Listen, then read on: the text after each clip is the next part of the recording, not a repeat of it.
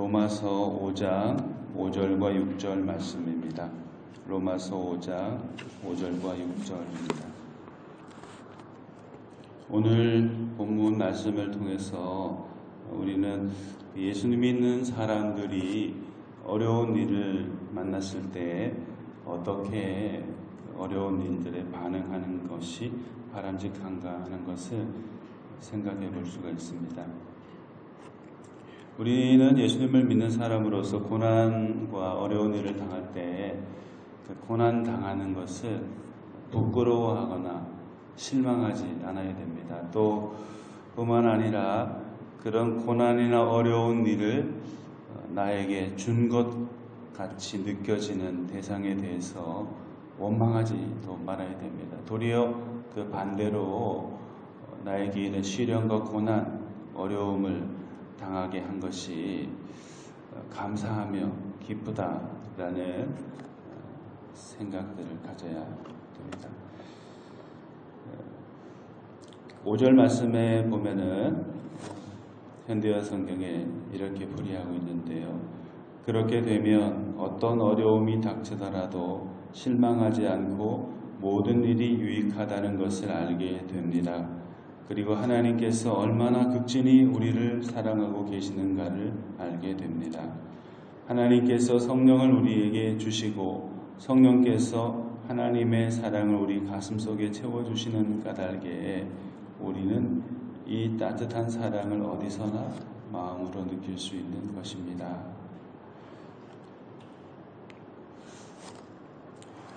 우리가 하나님을 생각할 때 항상 우리에게 기쁨과 감사할 일만을 주신다. 내적으로 그 가치나 의미에서 뿐만 아니라 형식상으로 또 현실 세계에서 경험하는 것도 항상 하나님은 우리에게 기쁘고 감사한 일만 주시는 분이다. 이렇게 생각하면 굉장한 오해를 하고 있는 거죠. 하나님은 때로 우리가 생각할 때 너무 큰 시련이다, 아픔과 고통이다 하는 그런 시간도 허락하세요. 다 거기에는 하나님의 크시고 깊으신 사랑의 계획이 담겨 있습니다. 농부가 농사를 지을 때 때때로 그 땅을 이렇게 아주 날카로운 홈이나 삽으로 파기도 하고, 경우에 따라서는 현대에는 불도저라든지 경운기라든지 또 더 심한 걸로 그 딱딱해진 땅을 갈아엎는 경우들도 있죠. 그 왜 그렇습니까? 가만히 있는 땅에게 무슨 화가 났길래 그 거대한 중장비를 동원해가지고 땅을 갈아엎고, 때로는 거기는 바위도 깨고 돌멩이도 멀리 던져버리고, 왜 그런 고통을 당하게 해요? 좋은 비옥한 땅이 되도록 하기 위해서 그렇죠. 메말라 있는 땅이 촉촉함을 유지할 수 있도록 부드러운 흙이 되도록 하기 위해서 땅을 갈아엎기도 하고, 또 때가 되면 농부가 요즘은 조금 다르게 개량된 거름을 주지만, 비료 같은 걸 주지만은 옛날에 저희 어릴 때만 해도 우리 장로님이나 권사님은 때는 더 했겠지만은 오줌 받아가지고 할머니가 상추 키우는데 막 이렇게 뿌리고 그랬어요. 때로는 그 옛날에는 요강이라는 것도 저희 사용했거든요. 그럴 때 요강에 보면은 오줌만 누는 거 아니잖아요. 때로는 보면 똥도 누고 그거 모아가지고 또 그거 밭에 주고 그러신 걸 봤어요. 그 상추나 그 채소가 무슨 죄가 있길래 오줌 세례를 주고 똥을 퍼서 이렇게 주고 그러니까 꼴 보기 싫어가지고 상추가 오줌 뿌리고 똥 뿌리고 그러면 아니죠. 그 채소들이 잘 자랄 수 있도록 하기 위해서 그렇죠. 그 오줌 먹고 똥 먹고 큰 상추가 더 싱싱하고 맛있어요. 주인의 의도가 있는 거죠. 갈아엎을 때도 거기에는 사랑의 뜻이 담겨 있는 것이고, 오줌이나 똥과 같은 거름, 역겹고 냄새나는 이질적인 그 물질을 뿌려주는 것도 거긴 사랑의 계획이 다 있기 때문에 그렇게 하는 것이죠. 당장 이해를 못해서 그럴 뿐이지 너무나 사랑하기 때문에 그렇게 하는 것이죠. 하나님도 마찬가지죠. 하나님은 우리를 그 누구보다도 가장 사랑하시는 선하신 농부, 포도원 지기, 포도원 주인, 이런 비유도 있죠. 예수님의 비유에 선한 농부이시죠. 하나님 아버지께서는 때로 우리가 불편하고 힘들어하는 줄 아시면서도 때때로 우리에게 시련도 주시고 또 불편하고 굉장히 몸과 마음이 힘드는 순간도 주시죠. 캄캄한 터널과 같은 시간도 지나게 하신다. 왜냐하면 거기에는 하나님의 사랑의 뜻이 담겨 있기 때문에 일부러 우리에게 그런 시련을 주시는 거예요. 그 어려운 신앙과 삶의 역경 속에서 거름처럼 냄새나고 이질적이고 가까이 그런 것이 다가오지 않으면 좋겠다라고 생각되는 어떤 관계나 일이나 시간을 경험하게 하시는 것은 그 속에서 우리가 더 연단되고 더욱 훌륭하고 단단한 건강한 신앙인 하나님의 자녀의 백성으로 자라나도록 하기 위해서 그렇게 하시는 거죠. 사랑하기 때문에 거름더미와 똥더미 속에서 지내는 시련의 시간도 하나님은 허락하신다. 부모님이 아기들 그 배변 훈련이라든지 보행 훈련할 때도 똑같죠. 아기는 걷기 싫어해요. 일어서는 거 너무 힘들어하는데 자꾸 세우거든요. 넘어지면 세우고 넘어지면 세우고. 왜 그래요? 힘을 길러주기 위해서 그랬죠. 그냥 좋은 게 좋은 거라고 계속 눕혀놓고만 있으면은 제대로 발육을 못할 거예요.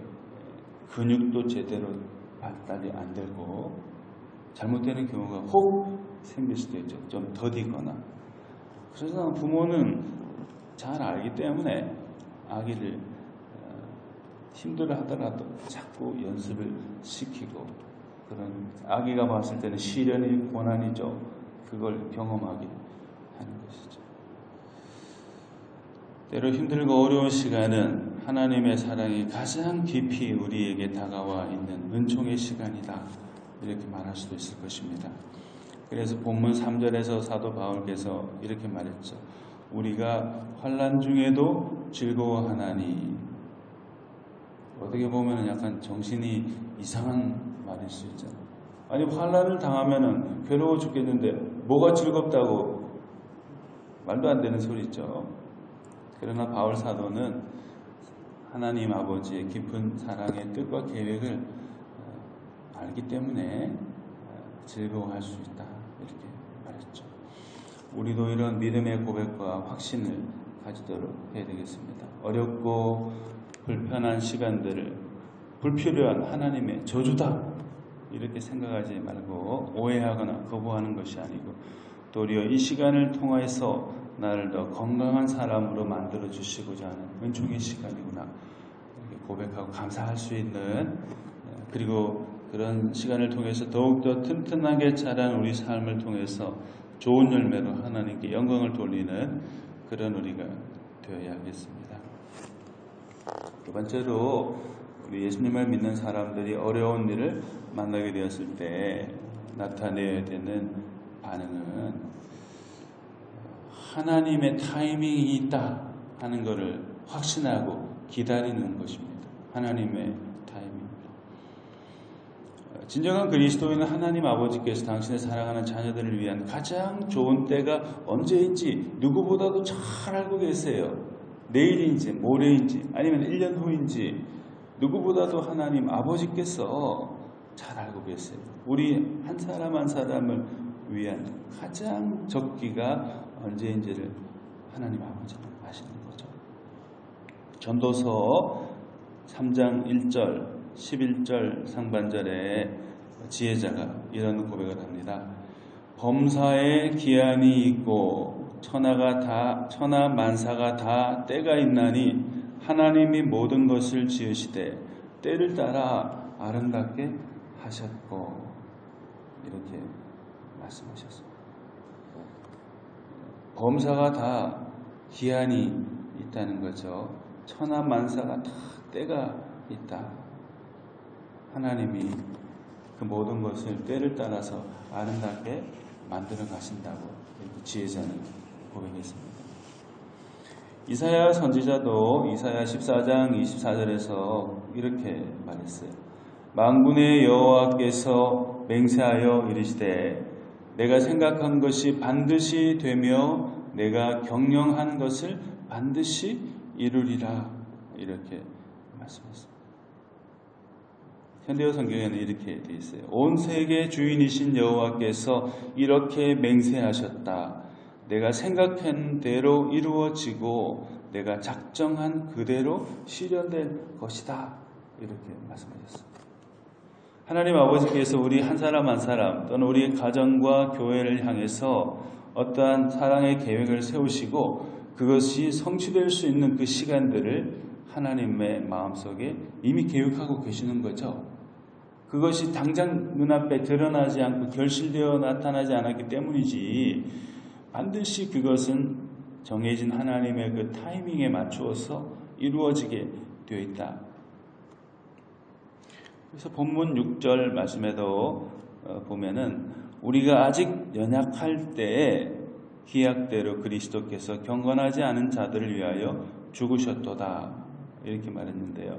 기약대로 하는 게 계획대로 혹은 약속된 그 시간을 따라서 이런 말이죠. 현대어 성경이나 현대인의 성경, NIV 이런 데도 보면은 이 부분을 어떻게 됐냐면은 우리가 피할 길 없는 궁지에 빠져 있던 바로 그때에 우리가 피할 수 없는 궁지에 빠져 있을 바로 그때 제일 필요한 때잖아요. 도움이. 그때에 그리스도께서 오셔서 당신에게 아무 쓸모도 없는 우리 죄인들을 위해 죽으셨다. 그렇게 말했어요. 바로 그때. 현대인의 성경에도 보면 우리가 아직 연약할 때에 그리스도께서 시의 적절한 때에 경건하지 않은 사람들을 위해 죽으셨습니다. 이렇게 말했어요. 예수님께서 시의 적절한 때 가장 적당한 그 시간에 하나님의 타이밍에 우리들을 위해서 죽으셨다. 이렇게 말했어요. 영어 성경은 at just the right time 이렇게 되어 있습니다. right time 하면은 아주 적당한 시간이죠. 아주 바른 시간, 바로 그때 just the right time 이렇게 되어 있는데 기약대로 바로 그때 시의 적절한 때에 주님이 우리를 위해서 행하신다. 뭘 행하셨어요? 상상도 못한 일을 하셨잖아요. 자기 생명을 바쳐가지고 우리를 위한 바로 그때에 우리를 위한 바로 그 일을 주님께서 해주셨어요. 이미 주님은 모든 걸 다 던질 생각을 가지시고 그때를 기다리고 계시는 거죠. 우리를 위해서. 우리가 그걸 그 타이밍이 있다는 걸 확신하고 기다리면 되는 거예요. 우리 보고 대신 죽어라 말 안 하잖아요. 내가 죽어줄 테니까 그때 내가 죽어줄 테니까 기다려라. 우리 조금 있다가 부를 찬송가 623장 원래 복음성이었다가 이제 찬송가로 들어왔는데 우리 잘 아는 찬송이죠. 주님의 시간에 아름답게 모든 것 변하리. 주님 나의 갈 길을 인도하여 주시니 주의 뜻을 따라 살리라. 주님의 시간에 아름답게 모든 것 변하리. 나의 정성 다하여 주를 찬송하오니 주의 뜻을 이루어 주소서. 굉장히 성숙한 고백이죠. 지금 이 되어진 건 아무것도 없어요. 자기가 원하는 게 된 게 아무것도 없어요. 그러나 주님의 시간에 아름답게 모든 것이 다 변할 것을 믿는다. 그렇기 때문에 나의 갈 길을 인도하여 주시는 그분의 뜻을 따라서 살겠습니다. 매일 고난이 있지만 주님의 뜻을 따라서 그때를 기다리며 확신하면서 주 뜻 따라 살겠다는 거죠. 그리고 나의 정성 다하여 주를 찬송하오니 주의 뜻을 이루소서. 왜 주님 그런 걸 나에게 주지 않으세요? 진짜 주님 맞는 거예요? 원망하고 불평하는 것이 아니라 주를 찬송하면서 역설적이잖아요. 고난 가운데서도 바울이 기뻐한다 이렇게 한 것처럼 이분은 정성을 다해서 주를 찬송하는 것. 건성도 아니고 정성 다해서 주님을 찬송하면서 주의 뜻을 이루어 주소서.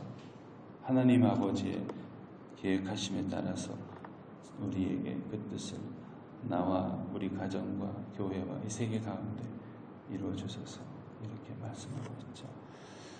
고난의 때에 우리도 이런 자세로 그 고난을 승화시키고 주의 뜻을 이루어 나가는 그런 사람들이 되겠습니다. 부끄러워하거나 실망하거나 원망하지 않고 감사함과 기쁨으로 그 고난의 때를 맞이하고 하나님이 계획하신 그 타이밍이 있다는 걸 확신하면서 그때를 묵묵히 주님을 찬양하며 기다리는 지혜로운 그런 우리가 다 되어야 하겠습니다. 우리 찬송가 623장 같이 찬송하겠습니다.